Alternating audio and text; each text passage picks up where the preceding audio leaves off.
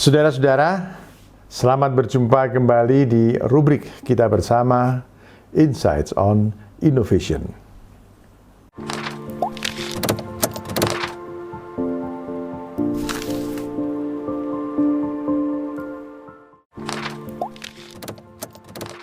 Di episode kali ini, kita berkesempatan untuk mewawancara seorang tokoh perbankan yang juga penulis banyak buku tentang kepemimpinan, yaitu Profesor Dr. Djoko Santoso Mulyono. Nah, karena alasan COVID, saya tidak bisa berkunjung ke rumah beliau di Jakarta. Beliau juga tidak bisa berkunjung ke kantor kami di UGM Jogja. Kita melakukan wawancara melalui media Zoom, ya. Jadi saya mewawancara dari kantor saya di UGM dan Prof. Djoko menerima wawancara saya itu di rumah beliau di Jakarta. Sebelum saya mengundang beliau untuk hadir di acara ini, saya ingin mengenalkan terlebih dahulu siapakah tamu kita yang istimewa ini.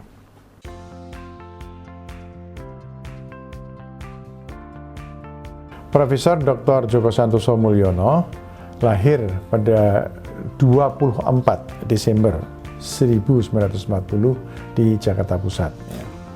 Beliau adalah alumni UGM. Pendidikannya sejak S1 sampai S3 ditempuh di kampus biru ini.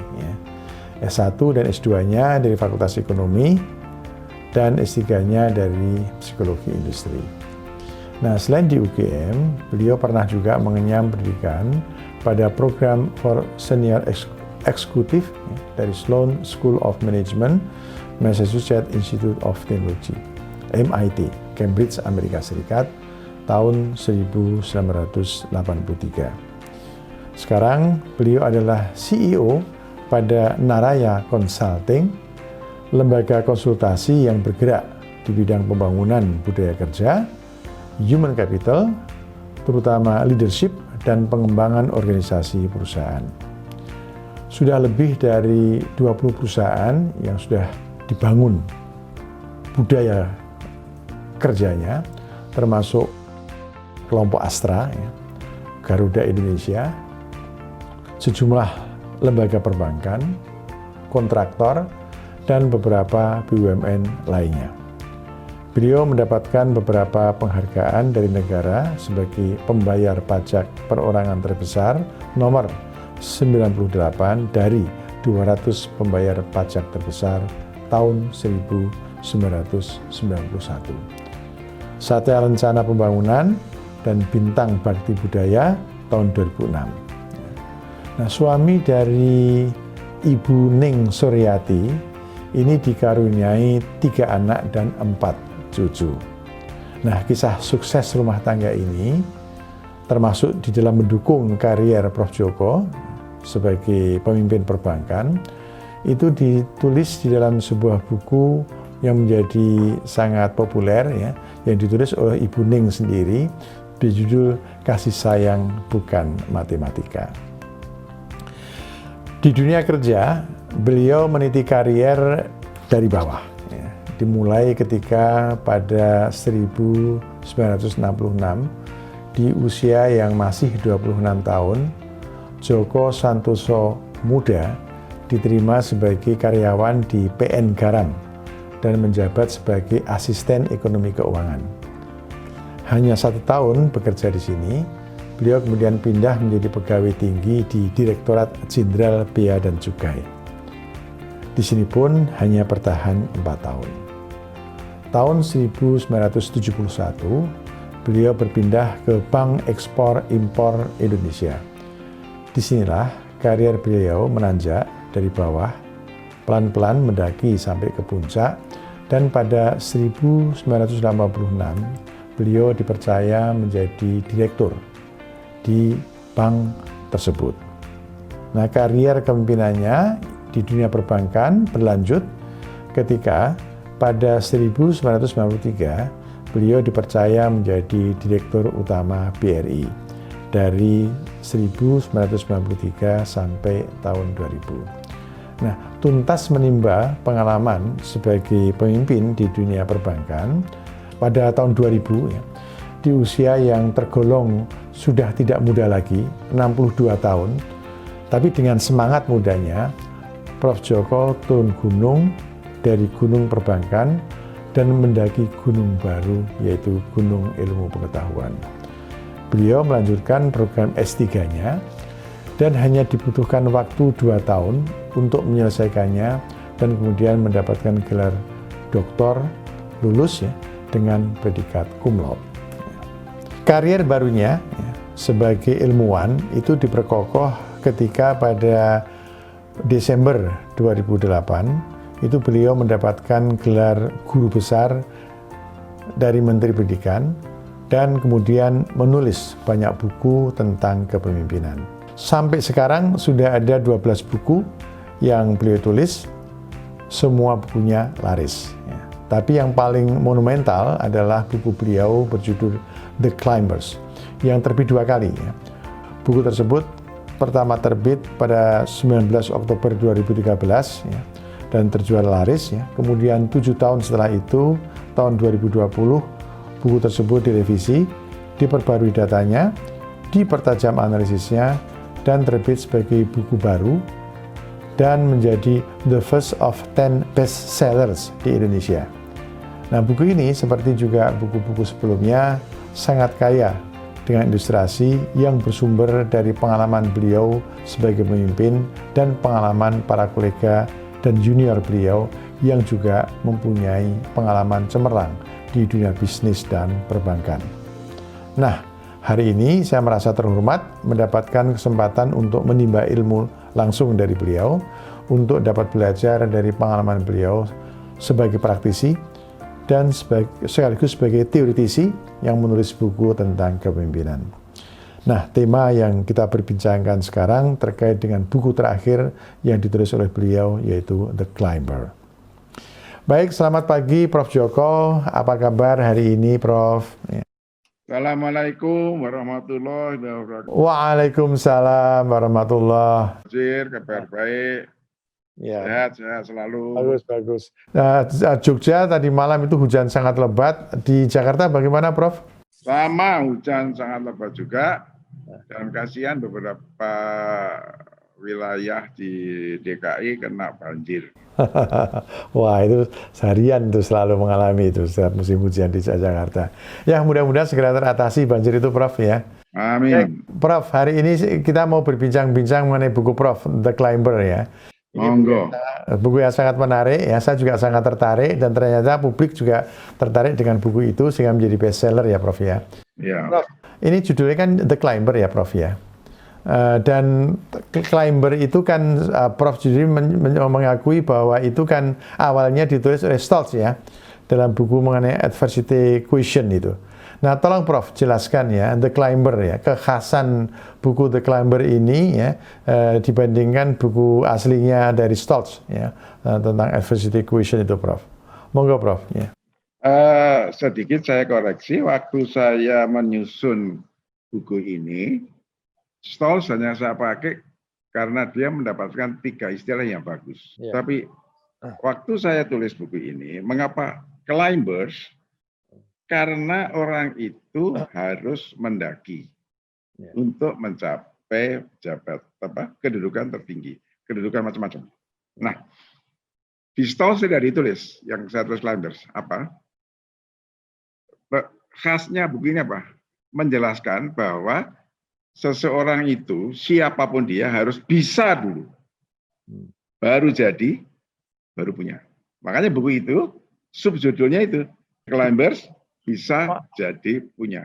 Jadi, Prof. Muhadjir, niat saya dulu menulis dari pengalaman-pengalaman saya dan teman-teman itu mengenai bagaimana mendaki sampai karir puncak itu usaha kami untuk memberikan suatu ajakan kepada profesional, hendaknya kalau ingin menjadi seseorang itu, pakailah cara-cara yang sangat-sangat profesional, menggambarkan kompetensi seseorang, bukan hanya, menggunakan jalur-jalur yang menurut hemat saya kurang pener, orang Jawa bilang kurang tepat, yaitu satu, melalui pendekatan karena dia dekat dengan power circle. Kedua, dia menyuap, menjilat. Ya, nyuwun sewu, orang Yogyakarta Solo bilang ngaco. Ketiga, melalui pendukunan. Ini yang kami tulis untuk dihindarkan. Dekat dengan power circle itu sah-sah saja. Nggak salah. Monggo, dekat dengan power, tapi Anda harus mempunyai kompetensi dulu. Itulah makanya subjudul buku saya adalah bisa jadi punya. Bisa dulu, bisa dia belajar, sampai dia menguasai kompetensinya, baru jadi seseorang, baru punya jabatan, punya kehormatan, punya identitas. Jangan dibolak-balik. Sekarang ini kan banyak yang begitu, belum bisa apa-apa, atau jadi bupati, nah bingung ke uang toh. Well, baik. Jadi Prof, kelihatannya itu aspek moral atau etika itu menjadi sesuatu yang penting ya di dalam kepemimpinan ya. Yang sejak awal seorang calon pemimpin harus mengikuti, mematuhi prinsip-prinsip nilai, prinsip etika ya di dalam proses dia climbing ya ke atas sampai ke puncak ya. Jadi berarti ini ada persoalan nilai ya yang itu sangat urgent ya. Dan mungkin di bukunya Prof juga ditekankan di situ atau mungkin di buku yang lain, yaitu bagaimana nilai mungkin nilainya bukan nilai universal atau nilai barat, tapi mungkin ada nilai juga nilai lokal ya, atau mungkin nilai keluarga yang relevan dalam konteks seseorang itu climbing menjadi seorang pemimpin. Bagaimana Prof mengenai ini, masalah nilai ini Prof, atau local wisdom ini Prof? Iya, yang penting bahwa seseorang memimpin sejak dini, kalau memang dia ingin memimpin berhasil, dia harus betul-betul sadar kalau dia harus mempunyai nilai-nilai luhur yang dipercayainya, yang tidak melepaskan dirinya dari yang memberi amanah. Saya belajar dari Khulafaur Rasyidin, 4 khalifah setelah Rasulullah SAW meninggal. Keempat-empatnya memimpin dengan prinsip dasar, memimpin adalah amanah, kewajiban, bukannya hak. Itu. Amanah dari siapa? Belum minanas, amanah dari atasan, dari pemegang saham, dari pimpinan tertinggi, presiden, menteri. Kalau belum minallah, amanah dari Tuhan. Allah Subhanahu wa taala memberi amanah, dan itu inherent jalan. Pada waktu Allah memberi amanah melalui presiden, melalui menteri. Jadi dia melaksanakan amanah. Jangan lalu merasa itu hak dia, tidak boleh. Itu amanah. Dengan demikian, orang yang menjalankan amanah, dia mempunyai 2, tanggung jawab dan tanggung jawab. Ini prinsip dasarnya. Harus pakai nilai-nilai luhur. Gitu. Nah, kalau bicara soal local wisdom, ya belajar ilmu barat seperti waktu saya di MIT sah-sah saja.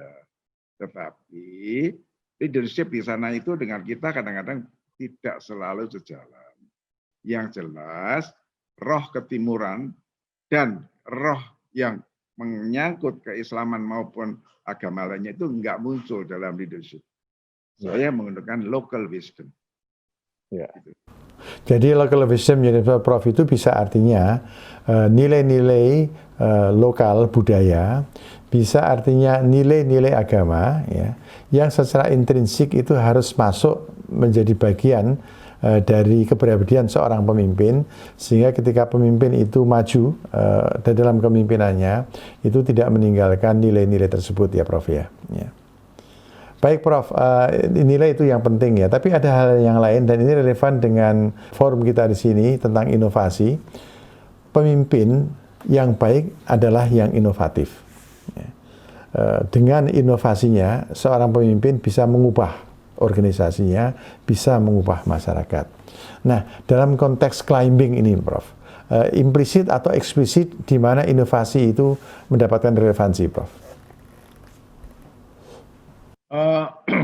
dari 15 langkah itu, saya tidak terlalu, ada di situ ditulis mengenai like how to innovate, ada di buku itu. Tapi yang jelas adalah saya, kalau Anda tanya sebagai seorang pemimpin itu, saya sampai hari ini per definisi operasional merasa tidak pernah menginovasi. Saya hanya berusaha menyempurnakan apa yang telah diperbuat oleh pendahulu saya, memajukan lembaga yang dipercayakan oleh Allah kepada saya.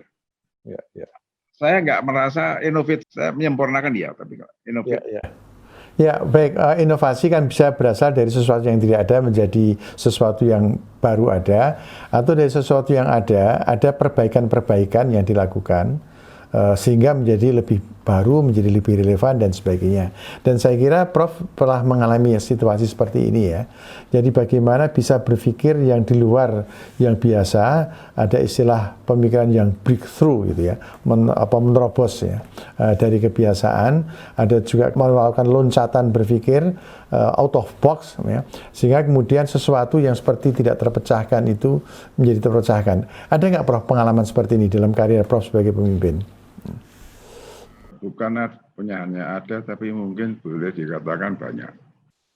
Ya.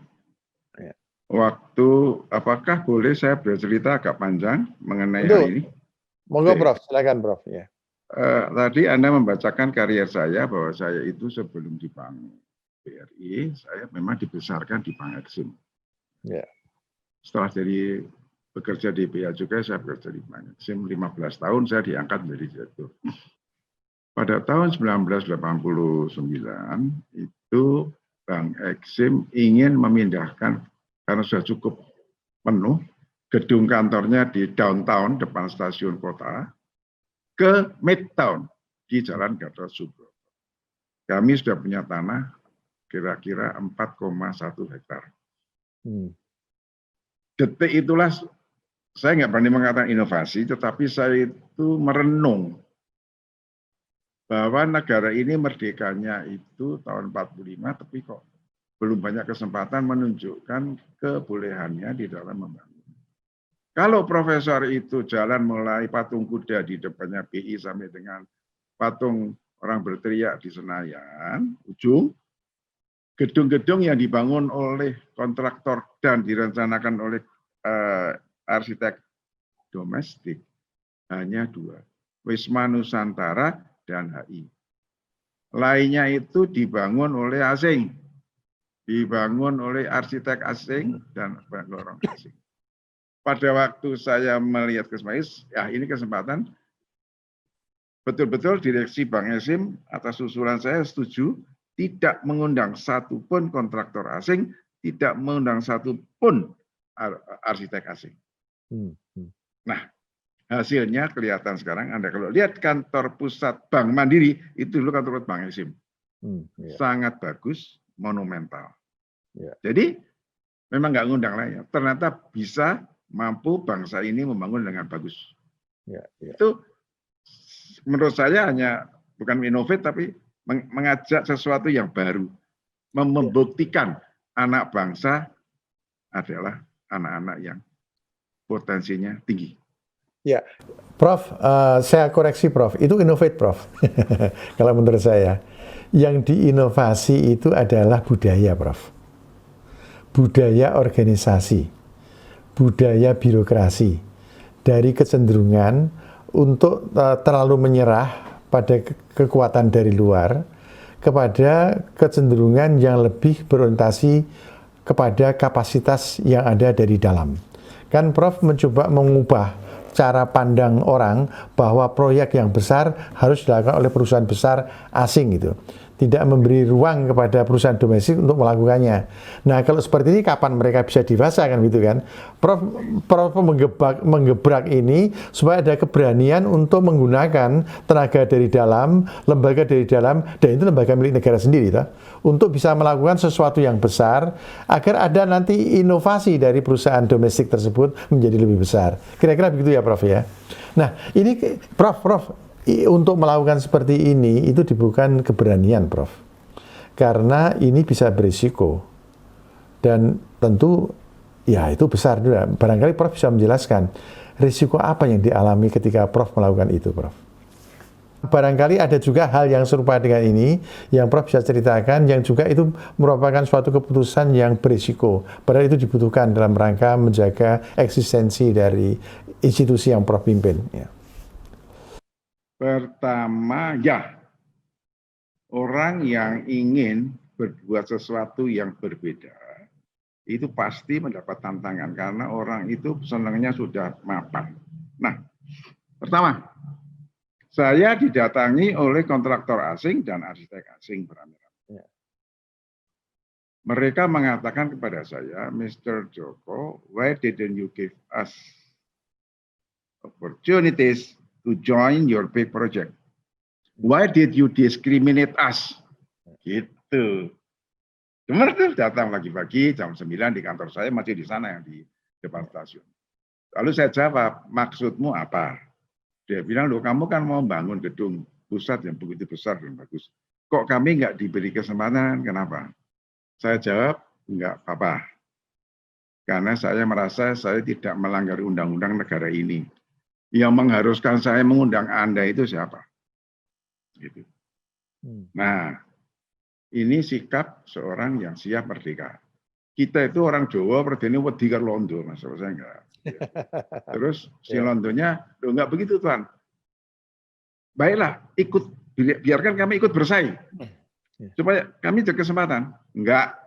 Kamu udah merebut kesempatan anak bangsa ini berkali-kali. Saya katakan, tadi dari ujung patung kuda sampai ujung patung itu kalian semua yang bangun. Sekarang saya mau tanya, who discriminate who? Saya bilang gitu. Macep dia. Rupanya cepnya itu nggak cep, wong londo Mas. Lalu dia entah gimana, suatu hari saya dipanggil oleh pejabat tinggi dari Departemen Keuangan yang waktu itu adalah pemegang saham dari Bank Exim. BUMN belum ada.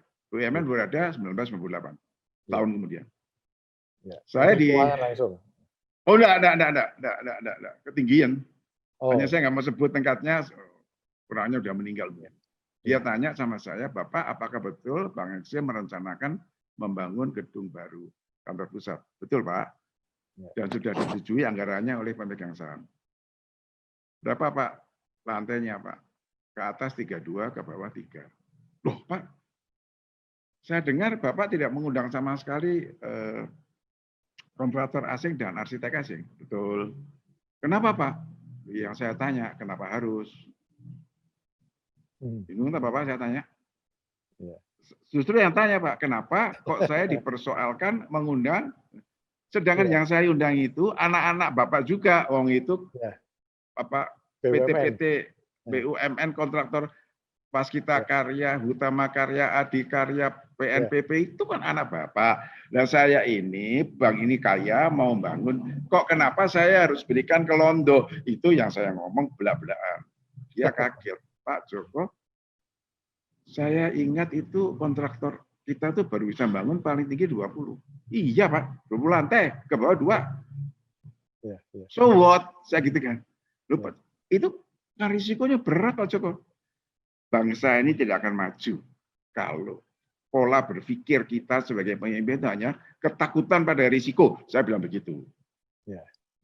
Loh, Pak Joko, aduh gimana ya saya ngomong sama itu Pak sampai roboh gimana? Kalau roboh Pak, solusinya gampang. Bapak lapor Menteri, Joko Santoso diganti, wis Pak. Tapi kalau mentalitas kita pejabat selalu ketakutan mengambil risiko, negara ini tidak maju, Bapak. Tahu gitu kan? Nah itu Pak. Itu waktu nggak tahu ini inovasi apa bukan. Inovasi dalam hal mengubah pola pikir. Itu inovasi budaya, Prof.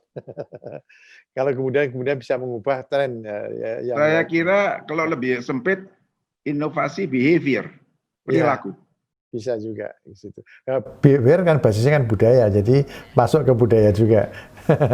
Baik, mungkin ada pengalaman lain ya, Prof, yang hal yang sama seperti itu yang dihadapi Prof, yang artinya suatu keputusan yang menuntut keberanian untuk melakukannya. Mungkin bisa ditonjolkan, Prof. Itu sudah saya tulis dalam buku saya 13 konsep Beyond Leadership. Kan tadi Prof mengatakan buku yang fenomenal itu adalah The Climbers. Yeah. Sebetulnya The Climbers ini punya pasangan. Yeah. The Climbers pun ditulis di situ mengenai bagaimana sikap IMF Jakarta yang mendukung saya berbeda dengan IMF Washington. Nah, The Climbers membedah how to climb. Yeah. Kalau ini dianggap inovasi, yang perlu ditulis belum pernah ditulis orang, monggo. Sedangkan Beyond Leadership, how to lead, gimana mimpin.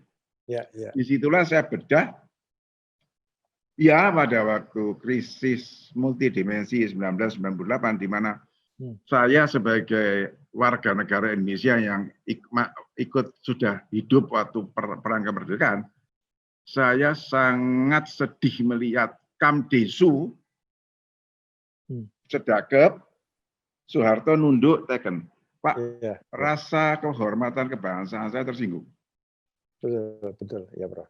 Ternyata perlakuan itu tidak hanya pada presiden, tapi kepada pejabat di bawah presiden juga begitu mereka. Sombongnya, Prof. Ya Allah. Contoh, konsultan IMF meminta direksi BRI untuk merger dengan BTN. Ya. Dengan segala hormat tidak saya merendahkan BTN, tapi faktanya BRI jauh lebih tua dan jauh lebih besar. Jadi yang paling prinsip dari segi profesi adalah BTN itu di Amerika sana namanya mortgage bank, urusan perumahan, properti. Bank Rakyat Indonesia adalah commercial bank yang mengkhususkan kepada kredit kecil dan rural. Lain, modelnya lain. Lah kok disuruh merger? Kenapa? Waktu itu bank yang terbaik dalam krisis dan boleh ekspor hanya BRI. Dia harus mati. Menurut mereka. Matinya melalui apa?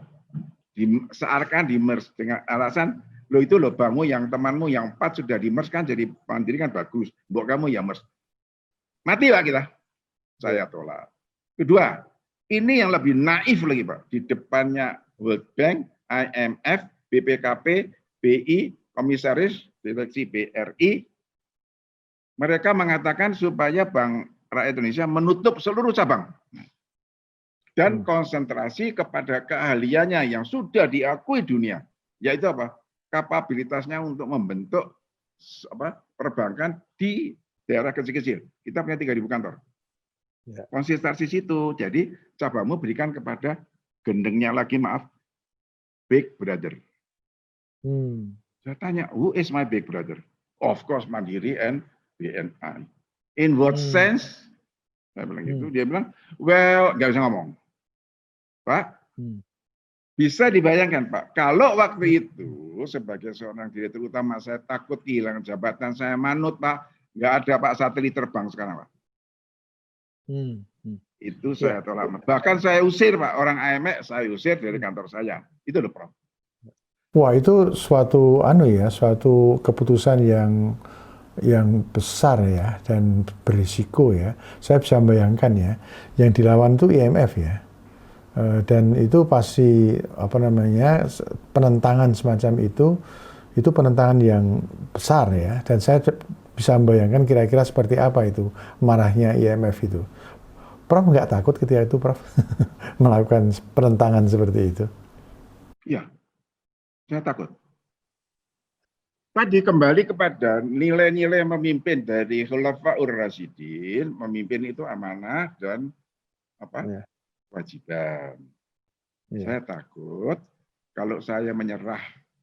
Pak, kalau saya menyerah, Pak, maaf, 42.000 rakyat orang pegawai banknya sih menderita, Bank Rakyat menderita, Pak. Ya kan? Nah, saya takut bahwa yang memberi amanah pada saya itu Allah Subhanahu wa taala marah sama saya. Oh, ternyata Joko, kamu lebih takut sama si bule-bule itu daripada saya. Lah aku takut, Pak. Saya takut, Pak. Saya takut. Bukan berani, Pak. Saya takut kalau saya melanggar amanah Allah. Karena waktu saya dipindahkan dari Bank Eksim ke BRI itu perintah beliau saya melalui tahajud mendapatkan petunjuk. Jadi gini ya saya paham Prof. Jadi ketakutan adalah sesuatu yang lumrah ada pada orang, tinggal persoalannya ketakutannya kepada siapa. Dalam konteks Prof ini kelihatannya adalah ketakutan kepada Tuhan dan ketakutan kepada rakyat harus melebihi ketakutan pada orang lain, siapapun. Nah, dari sini Prof Joko menjadi berani menghadapi IMF karena lebih takut kepada Tuhan dan kepada rakyat. Kira-kira begitu ya, Prof ya? Ya, dan risikonya kemudian saya dipecat. Gitu loh, Pak.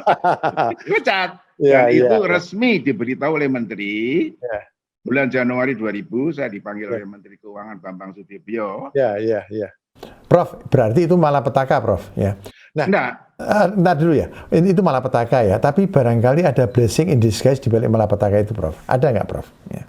Banyak. Kalau saya nggak dipecat, nggak kenal sama ente. Jadi karena dipecat. Ceritanya waktu itu saya dipanggil, Pak Menteri dengan sangat terhormat mengatakan, Pak Joko, congratulations, bahasa Inggris lagi dia. Uang Temanggung ngomong. Saya menyampaikan selamat, rakyat Indonesia keluar krisis yang terbaik. Karena dari seluruh bank pemerintah yang biaya rekapitalisasinya turun, hanya BRI. Lainnya naik. Kami kemudian bisa ekspor. Dan kecepatan kami selesai mendahului program IMF. Nah, kalau orang dipuji oleh atasan kan mau naik pangkat, Prof. Nah, Pak Joko, congratulations, but you have to resign. Lebih kaget saya. Kenapa kok resign? Salah saya, Pak. Dan waktu itu Prof Joko tidak protes dengan resign itu. Enggak, saya bertanya, mengapa Pak Menteri kok di Pak Joko? Saya yang harus bertanya. Itu ditulis oleh istri saya di bukunya. What happened with you and IMF? Washington don't like you. Nah, dengan ucapan itu, ucapan saya sangat singkat. Alhamdulillahirabbil alamin. Loh, mau dipecat kok? Pak, kalau yang memecat Pak Menteri dan Pak Gus Dur waktu itu presidennya, saya nangis. Kalau yang memecat itu adalah VOC modern yang mana itu saya sangat bergembira. Karena saya berhasil mempertahankan. Nah, apa itu hikmahnya? Saya ditanya, lalu Pak Joko mau apa? Kalau boleh mau sekolah, gitu. Sekolah, Prof. Memang kalau dihitung dari saya mendaftarkan sampai lulus itu 2 tahun. Tetapi kalau dihitung saya diterima yang namanya proposal sampai lulus itu hanya 8 bulan 10 hari. Dokter. Siapa yang bantu saya? Allah. Gitu loh.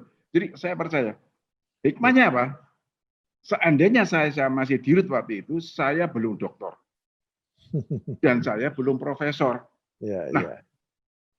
Prof, kalau Prof membaca ayat suci, itu jelas. Mungkin kamu suka sesuatu tapi tidak baik untukmu. Tapi kamu tidak suka tapi itu baik untukmu. Nah itu benar saya ini. Jadilah saya sampai sekarang. Jadi dan nuwun sewu dengan sangat bersyukur pemberian Allah ini belum banyak, Pak. Direktur utama yang jadi profesor. Nah ini hikmahnya ini, Prof. Sudahlah, manut diatur Gusti Allah pasti. Nah itulah buat kalau itu inovasi sikap monggo. Baik. Ya, tapi selain inovasi di sini faktor courage ya, keberanian itu menjadi satu poin penting ya. Jadi seorang pemimpin adalah pada dasarnya seorang pengambil keputusan.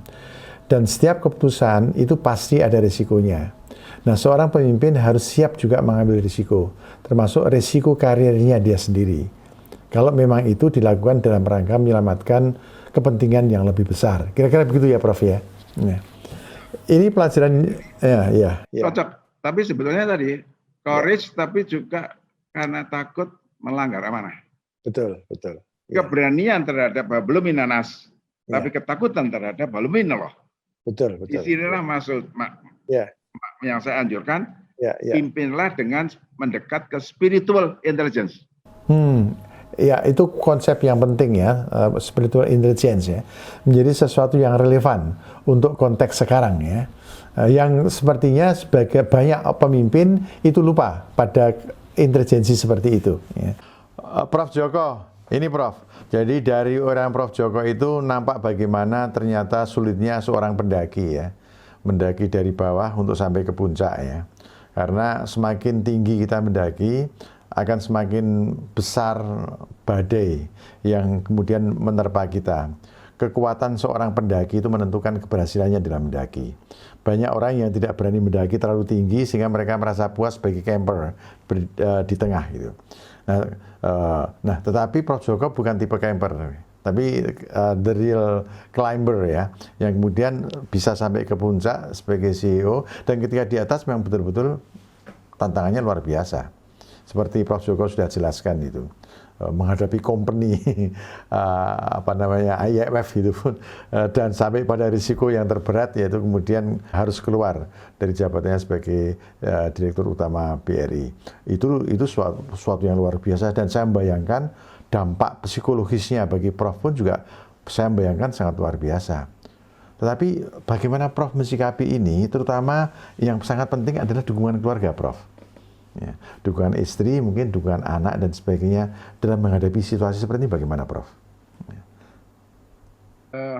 Terima kasih, pertanyaan yang sangat strategis dan bermutu. Prof Muhadjir, sudah saya katakan di awal wawancara ini bahwa saya menganut ajaran dari Khalifaur Rasyidin bahwa memimpin itu amanah dan bukan hak. Jadi waktu saya mendapatkan pemberitahuan dari menteri bahwa saya harus mundur, saya mentakar hati saya, apakah amanah saya jalankan. BRI tegak-tegak sampai sekarang, sampai bisa beli satelit sampai sekarang. Berarti amanah saya selesai. Saya serahkan semuanya pada Allah Subhanahu Wa Taala. Surahnya Ali Imran 26-27 ada. Pertanyaan Anda yang bagus sekali adalah sampai berapa jauh dukungan dari istri dan anak. Kalau boleh saya jujur,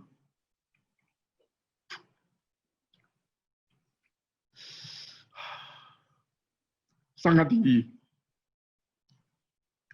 Tinggi sekali. Jadi begini, saya tidak mungkin tenang di dalam menghadapi badai yang begitu besar kalau istri dan anak ngeregoni.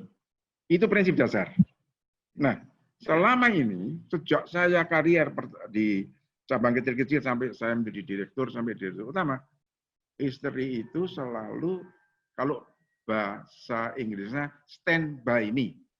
Selalu di samping saya dan mendukung. Pada waktu saya berseberangan dengan komisaris pada tahun 1994, dan saya ceritakan bagaimana tegangnya saya, istri saya tenang tuh, ya wis rapopo, nek metu ya golek gawe yang liya, ning pertahankan Mas, tegarmu. Itu istri. Dua, serangan-serangan dari nasabah-nasabah yang punya niat tidak baik itu biasanya mengadakan nuwun sewu, bulu bekti itu kalau ke saya nggak tembus ke istri. Dan terjadi. Ngasih saya nggak bisa ke rumah. Oleh istri saya dikatakan, Pak, tadi suami saya bilang apa? Bapak nggak mau terima, bukan Ibu mau ya. Kalau suami saya enggak, itu berarti seluruh keluarga tidak mau. Selesai. Anak-anak mendukung. Anak-anak mendukung. Semua mendukung sikap, apalagi waktu saya menghadapi badai di Kejaksaan Agung. Yang memimpin doa selalu dari rumah adalah Yoyo. Jadi kekuatan dari doa itu tidak main-main. Dia memimpin doa, padahal yang memimpin yang melaksanakan doa itu ustadz-ustadz hebat, Qasim Nur Seha, Haji Syakrim. Tapi yang mengkontrol itu Yoyo. Ya, dan dia betul-betul yang di luar negeri masih belajar sama, mereka mendoakan. Suatu niat dari filosofi luhur keluarga kami adalah keterbukaan, kejujuran, kebersamaan. Ya Pak ya? Dengan landasan disiplin dan kehormatan dalam bingkai kepasaran aktif pada Allah Subhanahu Wa Taala. Ini nilai luhur yang kita bina sejak anak-anak masih kecil. Jadi, Prof, totaliter garis istri dan anak sangat mendukung. Itu. Dan iya, Bagus sekali Prof. Dan itu artinya besar ternyata ya bagi Prof. Joko ya. Karena ada keutuhan sikap dari keluarga yang kondusif untuk kokohnya Prof. Joko mendaki ya. Sehingga tegar mendaki sampai ke puncak meskipun ketika di puncak menghadapi badai yang luar biasa besar. Ya. Dan ini mungkin pelajaran penting juga di dalam pengembangan kepemimpinan ya. Faktor keluarga, kemudian juga faktor agama gitu ya Prof ya. Itu menjadi unsur yang sangat penting ya untuk memperkuat Spiritual intelligence. Spiritual intelligence bekerja in life di sini ya, betul-betul berjalan, dipraktekkan ya, in practice. Baik, saya kira ini sangat penting sekali Prof. Dan mungkin lebih penting lagi kalau itu dikaitkan dengan Indonesia ke depan ya. Kita sekarang sudah di era milenial ya, yang tantangannya itu baru ya. Di era disruption yang perubahan itu berlangsung dengan cepat ya. Kalau kita tidak pandai menyesuaikan, kita akan tergilas oleh perubahan itu. Nah, di sini dibutuhkan juga kepemimpinan yang tanggap terhadap perubahan tersebut. Yang mungkin juga di situ dibutuhkan keberanian, di situ dibutuhkan juga kecepatan dalam berinovasi, di situ dibutuhkan karakter yang kuat. Prof, bagaimana nasihat Prof terhadap anak-anak muda sekarang ini yang menyongsong abad baru milenial ini untuk nanti menjadi pemimpin yang berhasil di masa depan, Prof? Saya hanya sebagai orang yang sudah umur 80 ini, itu pesannya kepada anak milenial satu. Orang itu hidup untuk zaman masing-masing, satu. Yang kedua, ikuti pesan dari almarhum Presiden pertama Republik Indonesia Soekarno. Jas merah. Jangan, meskipun ada perubahan, jangan melupakan sejarah. Hormati pendahulumu. Dengan demikian, secara singkat saya katakan, para milenial harus siap merdeka. Itu aja. Merdeka berinovasi. Merdeka berpendapat. Merdeka untuk tetap memegang budaya-budaya domestik di dalam bergerak, tidak usah malu sebagai manusia terjajah. Merdeka menghormati pendahulu. Merdeka sikap yang sangat merdeka sehingga enak dia itu hidupnya nyaman. Jangan terjebak oleh kemajuan-kemajuan Barat dan kemudian menganggap dirinya kayak orang Barat. Jangan, you are what you are. Itu. Bagus Prof. Wah, saya kira banyak sekali ini pelajaran yang kita dapat dari wawancara kali ini. Ya. Tema besar kita adalah mengenai The Climber. Bagaimana seorang pemimpin itu bisa mendaki sehingga bisa mencapai puncak karier. Dan ini bukan persoalan yang mudah. Karena ketika kita memendaki itu akan ada banyak tantangan, ada badai dan sebagainya. Tapi di sini keberanian seseorang untuk menghadapi tantangan itulah yang menentukan. Jadi dibutuhkan adanya keberanian orang untuk menghadapi masalah. Dibutuhkan adanya kecerdasan, termasuk juga kecerdasan emosional, kecerdasan yang juga sifatnya spiritual, untuk bisa mengambil langkah yang tepat ya, di dalam menghadapi masalah. Dan Prof. Joko sudah menjelaskan itu bukan secara teori, tapi dari pengalaman Prof. Joko sebagai pemimpin. Mudah-mudahan ini bisa menjadi pelajaran kita semuanya. Setiap kita adalah sesungguhnya mempunyai potensi untuk menjadi pemimpin, gitu ya Prof. ya? Ada sesuatu yang terlewatkan saya sampaikan pada Anda karena Anda menyinggung inovasi. Anda tadi tidak menyinggung regenerasi. Oh, betul. Ya, itu penting Prof. ya. Di dalam kaitan dengan memimpin itu, pada waktu saya hari pertama diangkat menjadi direktur pada Oktober 1986, saya duduk di kursi saya, direktur, pertama di otak saya, siapa pengganti saya? Harus disiapkan. Nah, persiapan penggantian direksi di BRI sangat smooth, lancar. Dan saya bangga adik-adik saya itu mengalahkan saya dalam inovasi. Saya nggak pernah mikir loh, kalau yang namanya bank punya satelit itu seluruh dunia itu nggak ada. Baru BRI. Itu inovasi. Itu inovasi yang belum Anda singgung. Ya, baik, bagus itu Prof. Itu menyangkut masalah sustainability kepemimpinan ya Prof ya. Ya, Jadi sustainability. Kata kuncinya itu adalah bahwa seorang pemimpin yang berhasil bukan hanya kepiawaian dia di dalam memimpin, tapi juga kepiawaian dia di dalam mendidik followernya itu untuk menjadi pemimpin masa depan. Sehingga ada di situ estafet kepemimpinan yang terus-menerus berlangsung dari waktu ke waktu, dan kemudian sustainability dari organisasi, dari perusahaan, mungkin juga kalau sektor publik itu dari pemerintahan, itu bisa berlangsung pada jangka panjang. Kira-kira begitu ya Prof ya? ya, Landasannya cuma dua, Prof. ya, ya, Disiplin dan kehormatan. ya, baik. Di dalam kaitan pergantian pucuk pimpinan tertinggi Bank Rakyat Indonesia, mulai dari Kamardi sampai dengan Sunarso, sama sekali tidak terjadi gejolak. Ya. Karena kami mempunyai pandangan berpikir yang sangat luas, yaitu apa? Kami semua perlombaan lari estafet. Di dalam perlombaan lari estafet, tongkat diserahkan, tidak ada juara tunggal. Itu alhamdulillah sampai hari ini. Sehingga adik-adik saya inovasinya sangat kuat. Inovasi teras apung, keliling-keliling pakai kapal ngeladeni rakyat di pulau-pulau, melemparkan satelit ke atas. Wah, itu saya sangat bersyukur. Itulah hasil dari pelaksanaan amanah. Itu aja, Prof.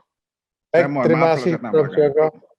Terima kasih Prof. Joko, itu tambahan sangat penting, dan saya kira sudah banyak sekali lagi pelajaran yang kita peroleh ya melalui wawancara kali ini. Dan terima kasih Prof. Joko atas waktu yang diberikan ya untuk berwawancara dengan kami ya, dan mudah-mudahan ini bermanfaat bagi kita semuanya.